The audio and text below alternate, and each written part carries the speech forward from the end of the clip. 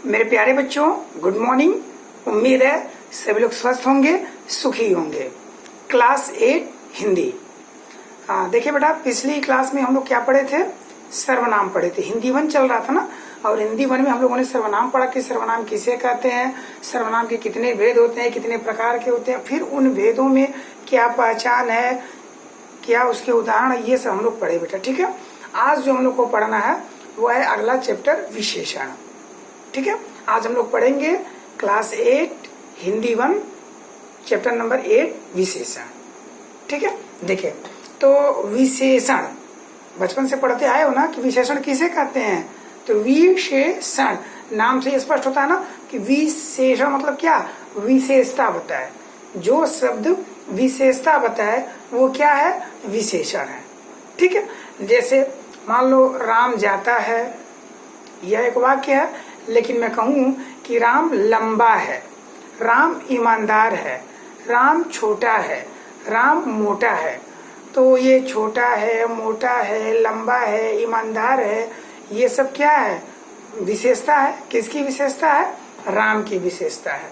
ठीक है, यदि मैं कहूँ कि वह पर्वत बहुत ऊंचा है, वह नदी गहरी है, वह पानी ठंडा है। ठीक है, तो पर्वत ऊंचा है, कौन सा? वह पर्वत। नदी गहरी है, कौन सी नदी गहरी है? वह नदी। ठीक है, यदि मैं कहूँ कि वह लड़का लंबा है, कौन सा लड़का लंबा है? वह।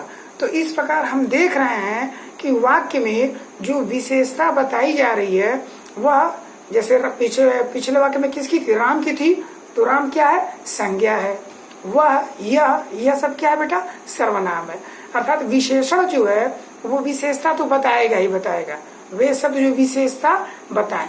लेकिन ये विशेषता किसकी बताएंगे? संज्ञा की या सर्वनाम की? किसकी बताएंगे? संज्ञा की या सर्वनाम की। अर्थात विशेषण वे शब्द हैं जो संज्ञा या सर्वनाम की क्या बताते हैं? विशेषता बताते हैं। वे क्या कहलाते हैं? विशेषण। क्लियर है कि विशेषण किसे कहते हैं? वे शब्द जो संज्ञा और सर्वनाम की या संज्ञा या सर्वनाम की विशेषता को बताते हैं, वे विशेषण कहलाते हैं। जैसे गाय काली है, तो अब इसमें विशेषण क्या है? विशेषता क्या है? काली। क्या है बेटा? काली। अब कौन काली है? गाय। तो गाय की विशेषता बताई जा रही है ना कि गाय कैसे है? तो काली है। लड़का पतला है, तो विशेषण इसमें क्या है बेटा? पतला। लड़का कैसा है? तो पतला। तो काला, पतला, लंबा, मोटा, छोटा, खट्टा, मीठा, ईमानदार, बेईमान, ये सब क्या है? ये सब जो है विशेषता है। विशेषता बताई जा रही है, और जब भी यह विशेषता बताई जाएगी तो किसी कोई ना कोई इसके साथ संज्ञा होगा या सर्वनाम, क्योंकि जब संज्ञा या सर्वनाम रहेगा तभी तो उसकी विशेषता बताई जाएगी। ठीक, अर्थात विशेषण किसे कहते हैं? तो विशेषण वे शब्द होते हैं जो संज्ञा या सर्वनाम की विशेषता बताते हैं, वे विशेषण कहलाते हैं। जैसे मैं कहूँ कि गाय काली है, तो काली क्या है बेटा? विशेषण है। ठीक, लेकिन यह जो काली है यह किसकी विशेषता बता रही है? किसके लिए प्रयोग किया गया है? गाय के लिए। काली कौन है? तो गाय है। ठीक है, लड़का लंबा है, तो लंबा बेटा क्या है? विशेषण है। लेकिन यह लंबा किसके लिए प्रयोग किया गया है? लड़के के लिए। तो बेटा विशेषण शब्द जो है वाक्य में जिसके लिए प्रयोग किए जाते हैं, जो विशेषण शब्द है वह वाक्य में जिसके लिए प्रयोग किए जाते हैं, अर्थात जिस शब्द की विशेषता बताते हैं, वह क्या कहलाता है बेटा? विशेष कहलाता है। जिस शब्द की विशेषता बताते हैं वह क्या कहलाता है? विशेष। जैसे मैं कहूँ कि राम श्रेष्ठ गायक है। राम श्रेष्ठ क्या है बेटा? गायक। गायक माने सिंगर, कि राम श्रेष्ठ गायक है। तो इस पूरे वाक्य में विशेषण क्या है? श्रेष्ठ। वाक्य विशेषण क्या है? श्रेष्ठ। तो हो गया। अब यह विशेषण जो है किस शब्द की विशेषता बता रहा है? किस शब्द के लिए प्रयोग हुआ है? तो राम श्रेष्ठ गायक है। तो श्रेष्ठ किसके लिए प्रयोग हुआ है? राम के लिए नहीं। श्रेष्ठ क्या है? गायक। गायक कैसा है? तो श्रेष्ठ है। ठीक है, तो राम श्रेष्ठ गायक है, तो श्रेष्ठ तो विशेषण हो गया, लेकिन यह श्रेष्ठ किसके लिए आया है? गायक के लिए। तो गायक क्या होगा बेटा? विशेष्य हो गया। समझ में आ रहा है? जैसे गाय काली है तो काली क्या हो गया? विशेषण हो गया। अब यह काली किसकी विशेषता बता रही है? किसके लिए प्रयोग किया गया है? गाय के लिए। तो गाय क्या होगा बेटा? विशेष्य हो गया। समझ में आ रहा है? देखें, राम श्रेष्ठ उपासक है। राम श्रेष्ठ क्या है? उपासक। तो इस वाक्य में विशेषण क्या है? श्रेष्ठ है। विशेषण क्या है बेटा? श्रेष्ठ। लेकिन यह श्रेष्ठ किसके लिए प्रयोग किया गया? किस शब्द के लिए? राम के लिए कि उपासक के लिए? तो ध्यान से देखें, राम श्रेष्ठ उपासक है। तो उपासक शब्द की विशेषता बताई जा रही है ना कि उपासक है। कैसा उपासक है? तो श्रेष्ठ उपासक है। तो बेटा विशेष श्रेष्ठ क्या हो गया? विशेषण हो गया। और उपासक क्या हो गया? विशेष्य हो गया। समझ में आ रहा है? मेरी गाय गर्म दूध देती है। मेरी गाय गर्म दूध देती है।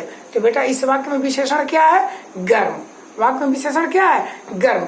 अब यह गर्म किसके लिए प्रयोग हुआ है? गाय के लिए।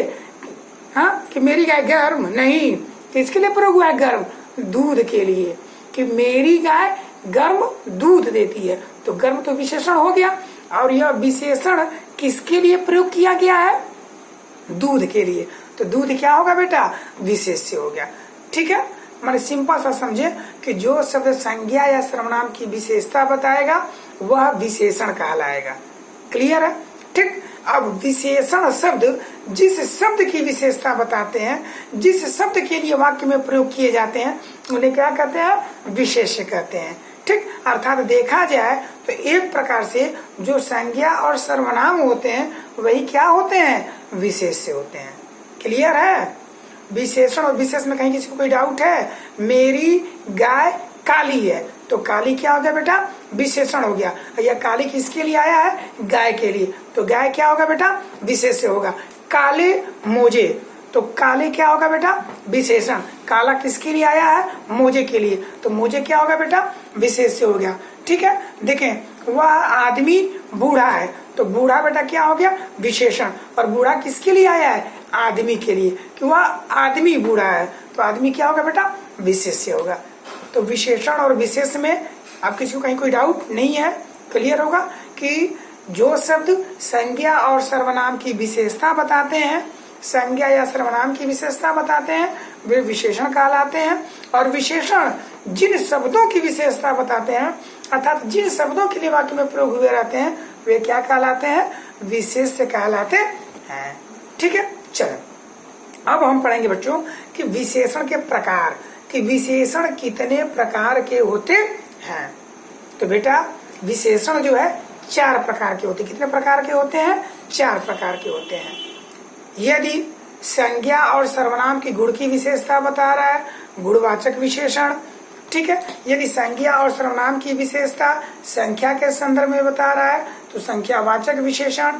यदि संज्ञा और सर्वनाम की विशेषता मात्रा परिमाण के विषय में बता रहा है तो परिमाणवाचक विशेषण। और चौथा जो है बेटा वो क्या है? सार्वनामिक विशेषण। अब हमें जो है इन्हीं विशेषणों को अच्छे तरीके से पढ़ना है। ठीक, तो पहला हम लेते हैं बेटा क्या?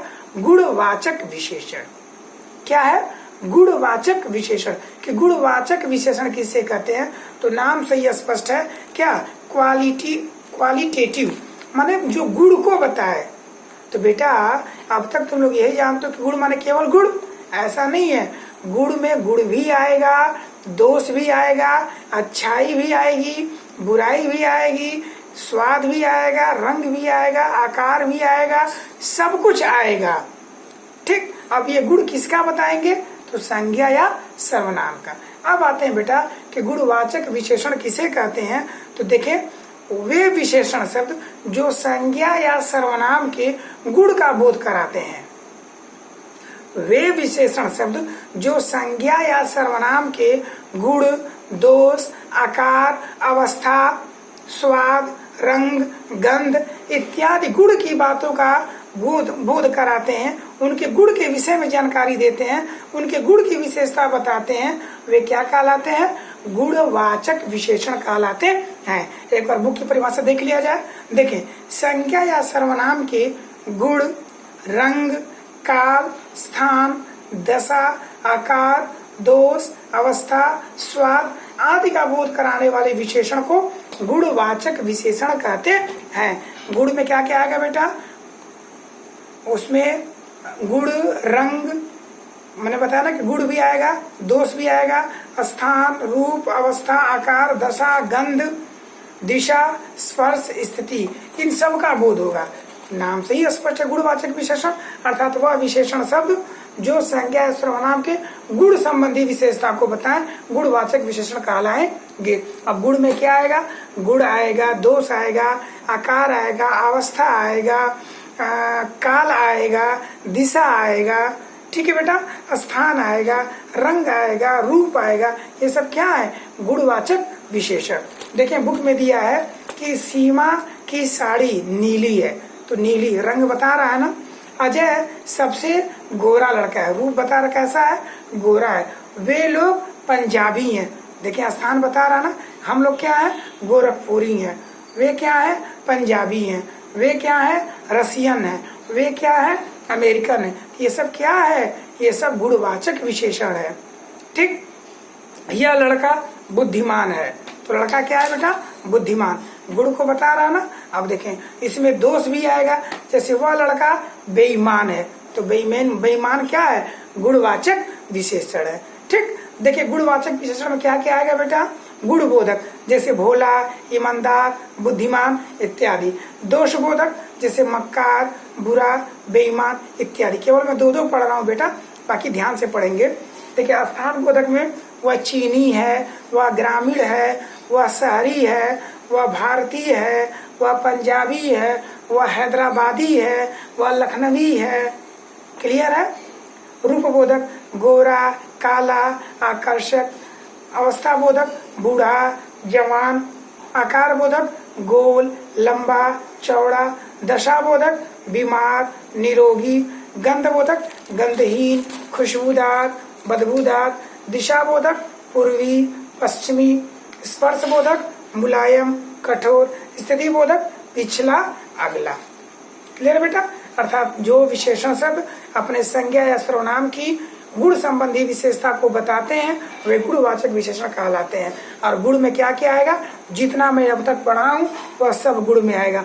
रंग, रूप, आकार, स्थिति, दशा, गुण, दोष, ये सब किस में आएगा? गुणवाचक विशेषण में आएगा। ठीक है बेटा? चले, जो दूसरा भेद है वह है संख्यावाचक विशेषण। क्या है? संख्यावाचक, माने संख्या का बोध कराए, अर्थात वह विशेषण शब्द या वे विशेषण शब्द जो अपने संज्ञा या सर्वनाम की विशेषता तो बताएं, लेकिन कैसी विशेषता बताएं? संख्या के संदर्भ में, अंक के संदर्भ में। वो क्या कहलाएगा बेटा? संख्यावाचक विशेषण। अर्थात वे विशेषण शब्द जो अपने संज्ञा या सर्वनाम की विशेषता तो बताएं, लेकिन किस संदर्भ में? संख्या के संदर्भ में। वो क्या कहलाएंगे बेटा? संख्यावाचक विशेषण। जैसे उसके पास 2 स्कूटर है, तो 2 स्कूटर है बेटा, संख्या का बोध करा रहा है ना। कितना स्कूटर? 2 स्कूटर। सभा में हजारों लोग आए, कितने लोग आए बेटा? हजारों लोग आए, तो 2, 1000 ये सब क्या है? संख्या का बोध करा रहा ना। तो वे विशेषण शब्द जो अपने संज्ञा या सर्वनाम की संख्या का बोध कराते हैं वे संख्यावाचक विशेषण कहलाते हैं। अब देखें बेटा, अब संख्यावाचक विशेषण भी 2 प्रकार के होते हैं। कितने प्रकार के होते हैं? 2 प्रकार के। एक होता है निश्चित संख्यावाचक विशेषण और एक होता है बेटा परिमाणवाचक संख्यावाचक विशेषण। संख्यावाचक विशेषण कितने प्रकार के होते हैं बेटा? 2 प्रकार के। एक होता है निश्चित संख्यावाचक विशेषण और दूसरा होता है अनिश्चित संख्यावाचक विशेषण। तो देखें निश्चित संख्यावाचक विशेषण मतलब कि जिससे संज्ञा या सर्वनाम के निश्चित संख्या का बोध हो। किसका बोध हो? निश्चित संख्या का। जैसे मेरे पास 2 स्कूटर है, तो बेटा कितना स्कूटर है? 2 स्कूटर है। जानकारी हो रही है ना कि कितना है? 2। मेरे पास 200 आदमी है, कितने आदमी है? 200 आदमी है। पूरी निश्चित जानकारी मिल रही है। मेरे घर 4 आदमी है, कितने आदमी है? 4 आदमी है। ठीक है, तो 4 निश्चित जानकारी हो रही है ना। ठीक, अब देखो यदि मैं कहूं कि मेरे घर कुछ आदमी है, कितने आदमी है बेटा? कुछ आदमी है, तो क्या कुछ से निश्चित संख्या की जानकारी हो रही है? नहीं ना।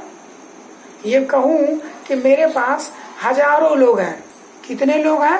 हजारों। अब हजारों में तुम समझो 1000 है कि 2000 है कि 3000 है कि 10,000 है कि 15,000, कुछ पता चल रहा है?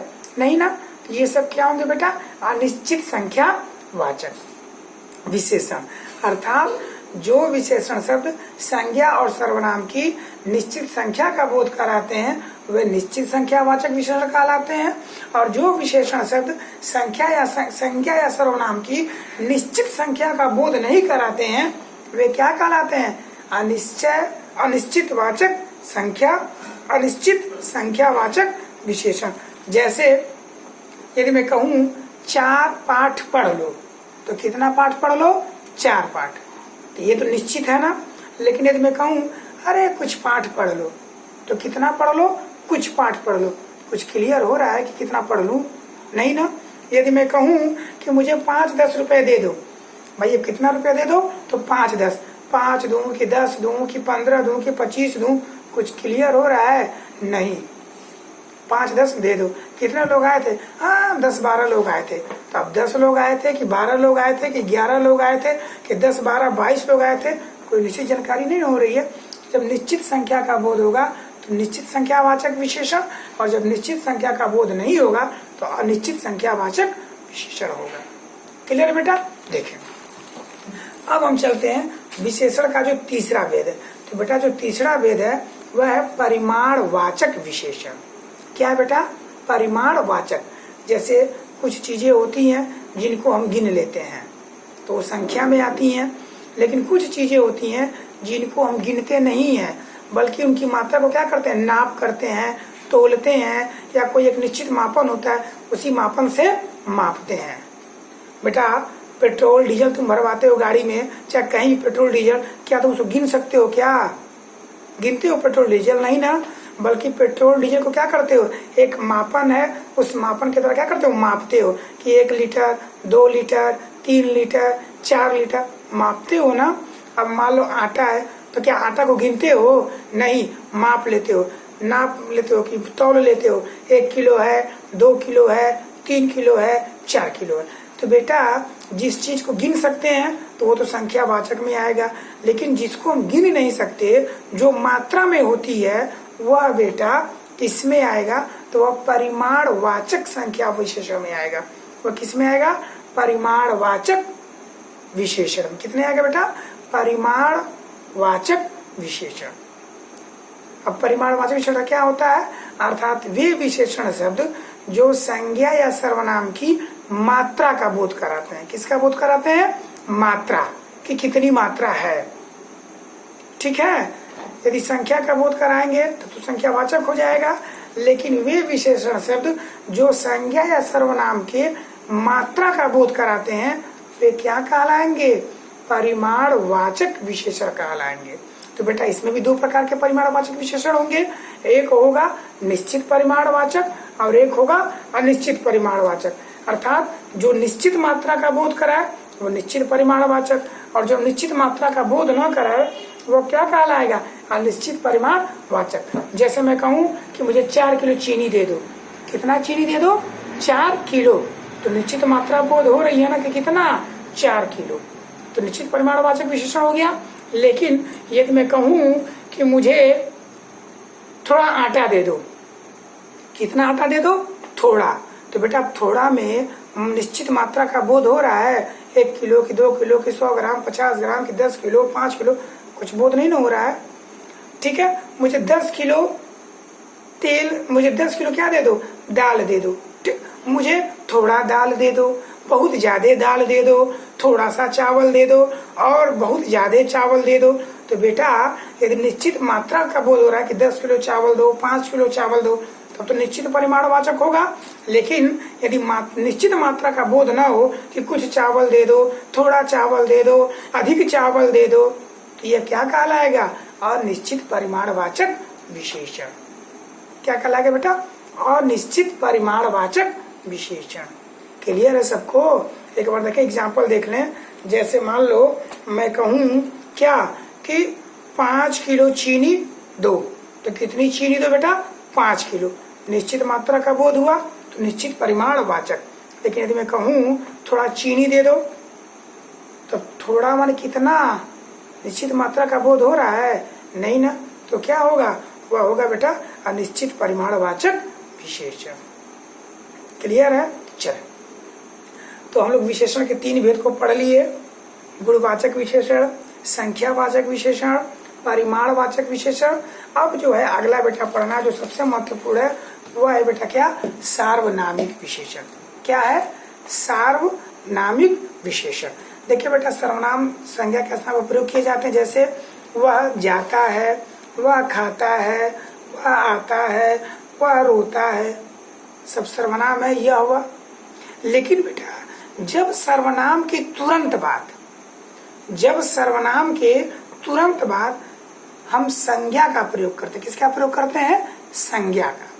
जैसे यह, वह, तुम, मैं, ये, वे, ये सब क्या है? सर्वनाम है। ठीक। लेकिन जब इनके बाद वाक्य में तुरंत क्या आ जाए? संज्ञा आ जाए, और अधिकतर जातिवाचक संज्ञा ही आती है। ठीक है। यदि सर्वनाम के तुरंत बाद क्या आ जाए? संज्ञा आ जाए, तब बेटा वह सर्वनाम न हो करके सार्वनामिक विशेषण हो जाता है। यदि संज्ञा के तुरंत बाद सर्वनाम आ जाएगा तब वह यदि सर्वनाम के तुरंत बाद संज्ञा आ जाएगा, ठीक बेटा ध्यान से सुने, सर्वनाम के तुरंत बाद क्या आ गया? संज्ञा, तब वह सर्वनाम न हो करके सार्वनामिक विशेषण हो जाएगा। जैसे देखें, मैं कहूँ कि वह जाता है, तो वह जाता है सर्वनाम है, क्या कि वह के बाद कोई संज्ञा तो आया नहीं है, तो वह क्या हो गया? सर्वनाम हो गया। लेकिन यदि मैं कहूँ कि वह बालक जाता है, क्या कहूँ बेटा? वह बालक जाता है, तो वह के बाद मैंने क्या लगा दिया? बालक। और बालक क्या है बेटा? जातिवाचक संज्ञा है ना। तो जब सर्वनाम के तुरंत बाद संज्ञा आएगी तब वह सर्वनाम न हो करके सार्वनामिक विशेषण हो जाएगा। क्लियर है? जैसे यह किसने तोड़ी, तो यह किसने तोड़ी प्रश्न पूछा जा रहा है। यह के बाद कोई संज्ञा है नहीं, तो यह क्या है? सर्वनाम है। लेकिन यदि मैं यह के बाद तुरंत क्या लगा दूं? संज्ञा लगा दूं कि यह मेज किसने तोड़ी, तो मेज क्या है? संज्ञा हो गया जातिवाचक ना। तो यह मेज किसने तोड़ी, एक वाक्य कि यह किसने तोड़ी, तो यह तो सर्वनाम हो गया यह। लेकिन यदि मैं कहूँ कि यह मेज किसने तोड़ी, सर्वनाम के बाद तुरंत क्या आ गया? संज्ञा। तो बेटा यहाँ जो यह है, यह सर्वनाम नहीं होगा, क्या हो जाएगा? सार्वनामिक विशेषण होगा। क्यों? क्योंकि इसके तुरंत बाद, सर्वनाम के तुरंत बाद क्या आ गया है? संज्ञा आ गया है। क्लियर है बच्चों? देखें, जैसे तुम्हारे बुक में दिया है सर्वनाम, पेज नंबर 51 पे चार्ट बनाया है और दिया है सर्वनाम कोई गया तो नहीं, कोई गया तो नहीं। तो कोई सर्वनाम है, उसके बाद कोई संज्ञा आया है नहीं, तो यह क्या हो गया? सर्वनाम हो गया। ठीक। लेकिन यदि कोई के बाद संज्ञा आ जाएगा तब यह कोई सर्वनाम नहीं होगा, सार्वनामिक विशेषण हो जाएगा। जैसे कोई आदमी गया तो नहीं, क्या बेटा? कोई आदमी गया तो नहीं। अब कोई के बाद क्या आ गया? आदमी आ गया ना, तो वो क्या हो गया? वो कोई सार्वनामिक विशेषण हो गया। फिर एक तरफ दिया है कि वे खाना खा रहे हैं, वे खाना खा रहे हैं, तो वे के बाद कोई संज्ञा आया है? नहीं, तो वे क्या हो गया बेटा? सर्वनाम हो गया। ठीक। अब अगला उदाहरण उसका दिया है कि वे बालक खाना खा रहे हैं, अब वे के बाद क्या आ गया बेटा? बालक। और बालक क्या है? संज्ञा है ना। तो जब सर्वनाम के बाद संज्ञा आएगी तब वे जो है सर्वनाम न होकर क्या हो जाएगा? सार्वनामिक विशेषण हो जाएगा। समझ में आ रहा है बेटा? यदि सर्वनाम है उसके बाद विशेषण संज्ञा नहीं है तो वह सर्वनाम रहेगा।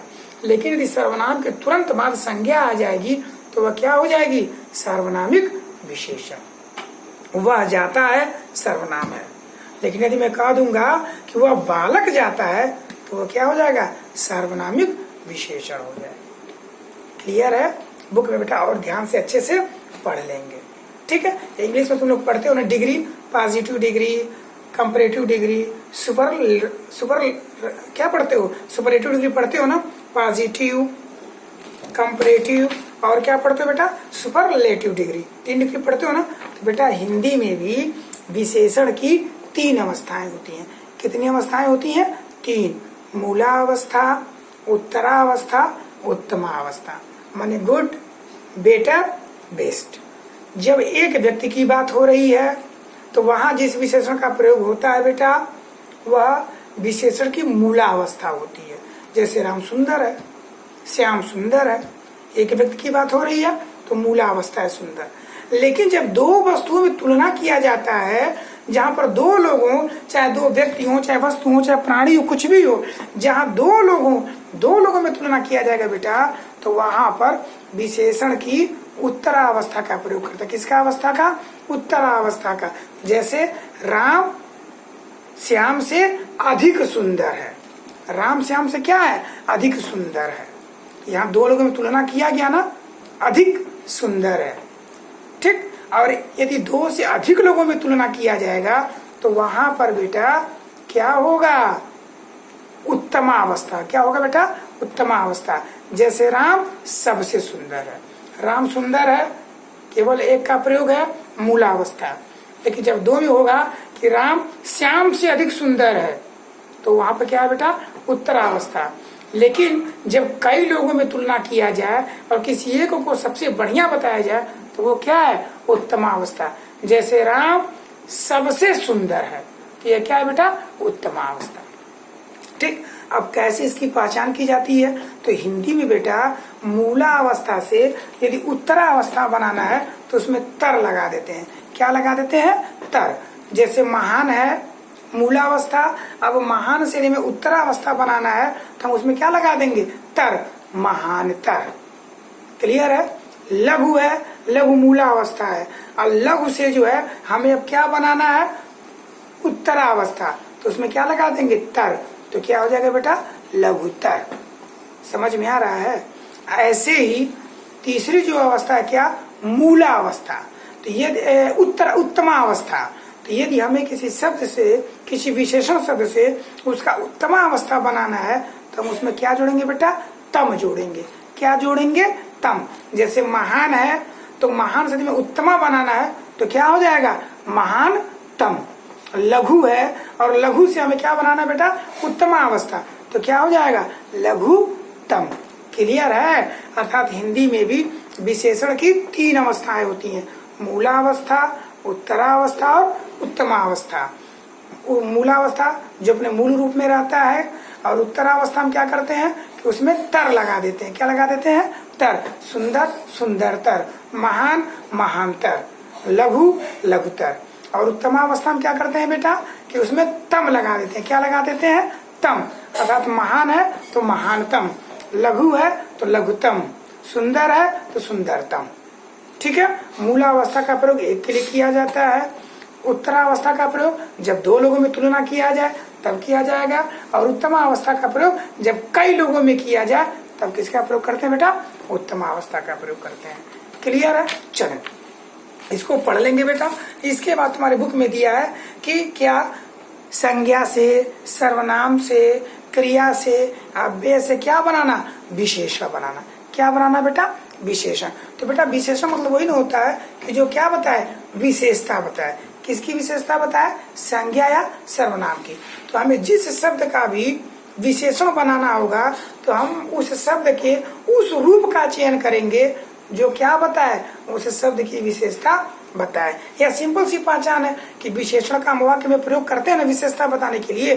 जैसे मान लो मैं कहूँ राम चोरी है, राम चोरी है, तो बेटा हम प्रयोग करते हैं क्या? चोरी, विशेषता बताने के लिए कि राम चोरी है।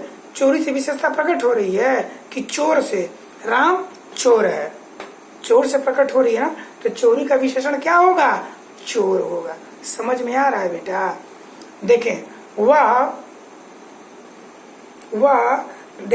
क्या है? वह ताकत है, राम ताकत है। बेटा राम ताकत है होगा कि राम ताकतवर है। राम ईमानदारी है, तो बेटा ईमानदारी विशेषण है नहीं ना, उसका किसी की विशेषता बताने के लिए प्रयोग किया जाता है कि राम ईमानदारी है, नहीं ना। क्या करेंगे, राम ईमानदार है, तो ईमानदारी का विशेषण क्या होगा, ईमानदार। चोरी का विशेषण क्या होगा, चोर। तो बेटा ऐसे ही शब्दों का जब हम विशेषण बनाएंगे तो शब्द के उस रूप का चयन करेंगे जो क्या बताए, विशेषता बताए, जिसका प्रयोग हम विशेषता बताने के लिए करते हैं। तो बेटा एक बार जरूर अपने बुक में से पढ़ लेंगे। उम्मीद है कि किसी को अब विशेषण में बेटा कोई डाउट नहीं होगी। फिर भी यदि कोई डाउट होगी बेटा तो पूछेंगे। ऑनलाइन ऑफलाइन दोनों क्लासेस चल रही हैं, ठीक है। जैसी तुम्हारी इच्छा बेटा, स्कूल आते हो तो भाई हम लोग पढ़ाते ही पढ़ाते हैं बेटा, लेकिन जो बच्चे स्कूल नहीं आ पा रहे हैं किन्हीं कारणों से, तो बेटा उनके लिए यह ऑनलाइन है, ठीक है। जो भी नोट्स है, PDF है, वो सब यहाँ अपलोड कर दिया जाएगा बेटा। अपने कॉपी पे अच्छे से लिख लेंगे और कॉपी सबमिट कर देंगे जब सबमिट करने के लिए कहा जाएगा तब, ताकि कॉपी की क्या हो जाए बेटा, करेक्शन भी हो जाए, ठीक है। तो बेटा बुक से सभी लोग विशेषण पढ़ लेंगे, जो क्वेश्चन आंसर दिया जाएगा उसको लिख लेंगे, और बेटा सभी लोग स्वस्थ रहें, खुश रहें, प्रसन्न रहें बेटा।